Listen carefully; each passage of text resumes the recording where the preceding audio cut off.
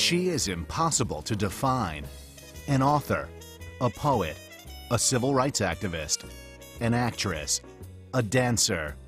Marguerite Johnson was born in St. Louis, Missouri in 1928. When her parents divorced, she was sent with her brother to live with her grandmother in racially segregated Stamps, Arkansas. Black people depended upon other black people for sustenance, all sorts of sustenance, social, economic, religious sustenance. As a child, she formed a strong bond with her brother, who gave her the nickname Maya. She was taught by her grandmother to celebrate life to the fullest. She would need to keep her grandmother's positive messages handy when at age 7 she was molested by her mother's boyfriend. She only told her brother, but a few days later, the attacker turned up dead. Believing her words had killed the man, I stopped speaking for 5.5 years. I simply refused to speak. I had voice, but I refused. When she spoke again, she and her brother joined her mother in San Francisco. She won a scholarship to study dance and drama. While she was in San Francisco, her progressive political views began to form.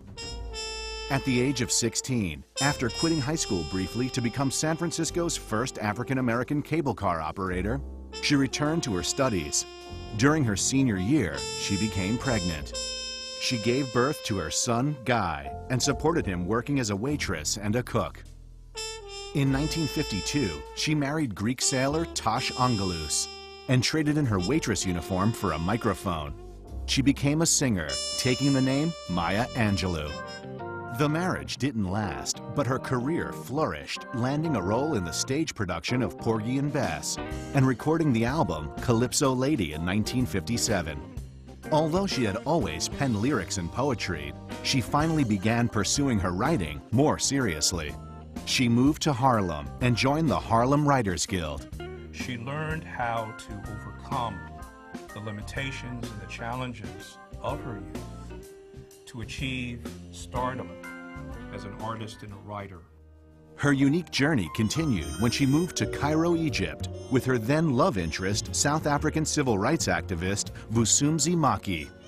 She served as the editor of the English-language weekly, The Arab Observer, before moving to Ghana to work as editor for the Ghanaian Times.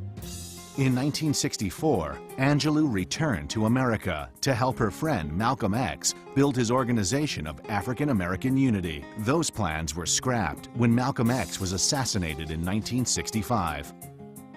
The assassination of Martin Luther King Jr. in 1968 left her devastated.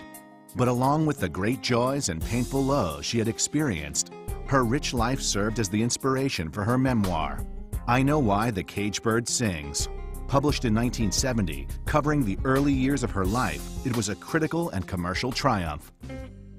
In the following years, more books followed, including 4 more volumes of her autobiography. By the 1980s and 90s, America as a whole, regardless of race, had a profound appreciation of her talents as an artist, as a poet, and writer, and so now she is widely seen as a national treasure.